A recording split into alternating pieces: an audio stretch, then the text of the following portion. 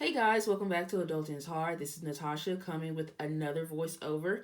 In today's video, I want to go over a few things that I'm reading and a few things that I want to read. Again, another thing to do while in quarantine. Before we get started into this video, continue to like and subscribe to my channel.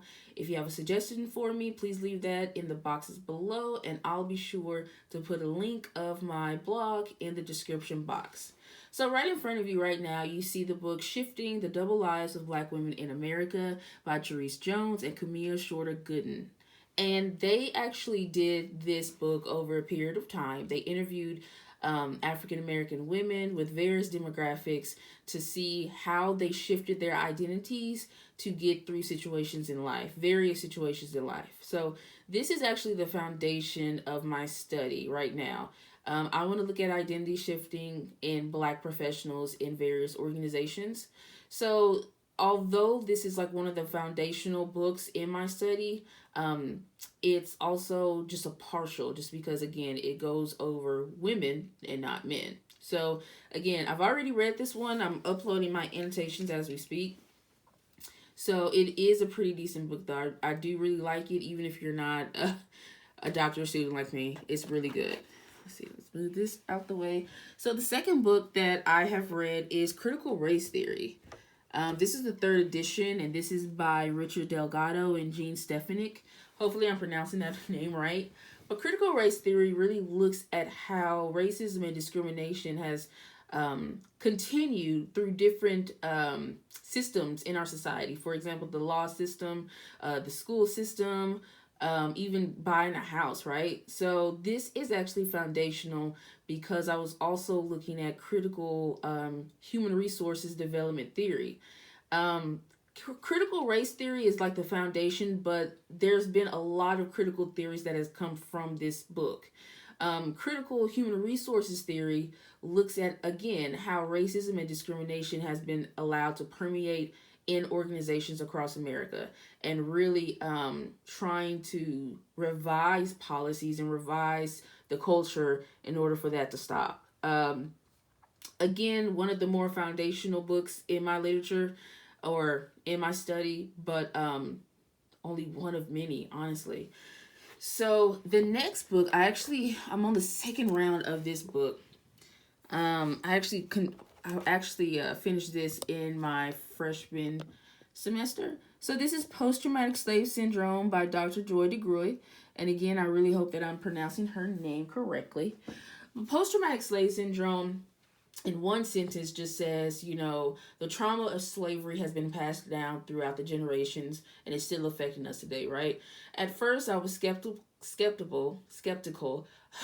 but looking at different researchers, for example, with large groups that have experienced trauma in their past, it actually kind of makes sense. For example, there are some researchers who will look at the trauma that was experienced in people who were traumatized by the Holocaust or had to who were alive, and then looks at how that trauma has came down in the generations, even with Native Americans. Researchers look at the ancestors of Native Americans who had to participate in the Trail of Tears, and all researchers see how the trauma has passed down. So my thinking was, it's like, okay, if it's possible in these two other groups, why not slavery as well, right?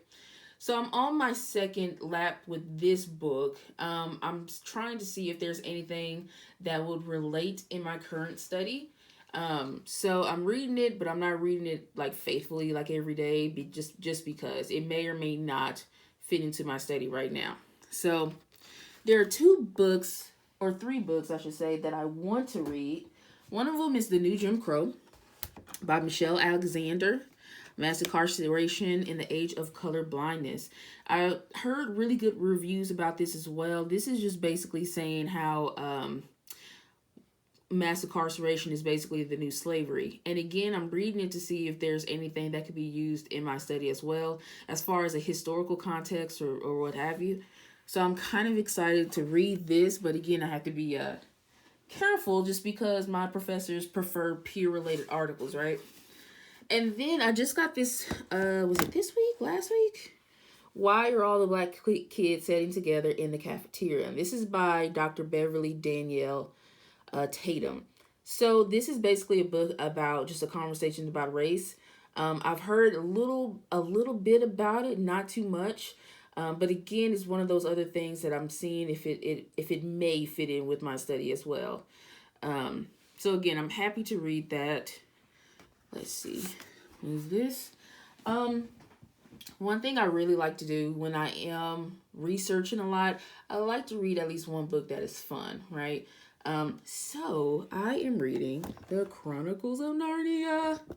So, I do not think that I read all of them. I think I might have read The Lion, the Witch, and the Wardrobe, but I did not read any other ones. And honestly, I can't remember that much about The Lion, the Witch, and the Wardrobe, so that, I'm not sure if I even read it. So, this book actually has all of the books in the series. Did not even know there was this many books in the series, but there are. So I slowly and surely going to start reading this book and just again go into Narnia. All right. So last but not least, right? Because at the end of the day, I am a student.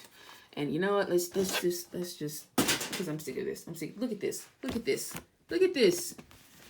Look at all these freaking articles I have to read. What in the world? And this is not even all of them. These are the ones I printed out. So there's still like more on my computer, like just waiting to be just, ugh. Look at that. I don't even know how many they are. I didn't count. I'm not trying to count, but geez Louise. Anyway. If you guys are students, remember, try to keep yourself on the schedule. You don't want to get too far behind. If you're graduate students, remember just to keep going. Dear God, my prayers are with you. If you pray for me, I'll pray for you. See you guys tomorrow.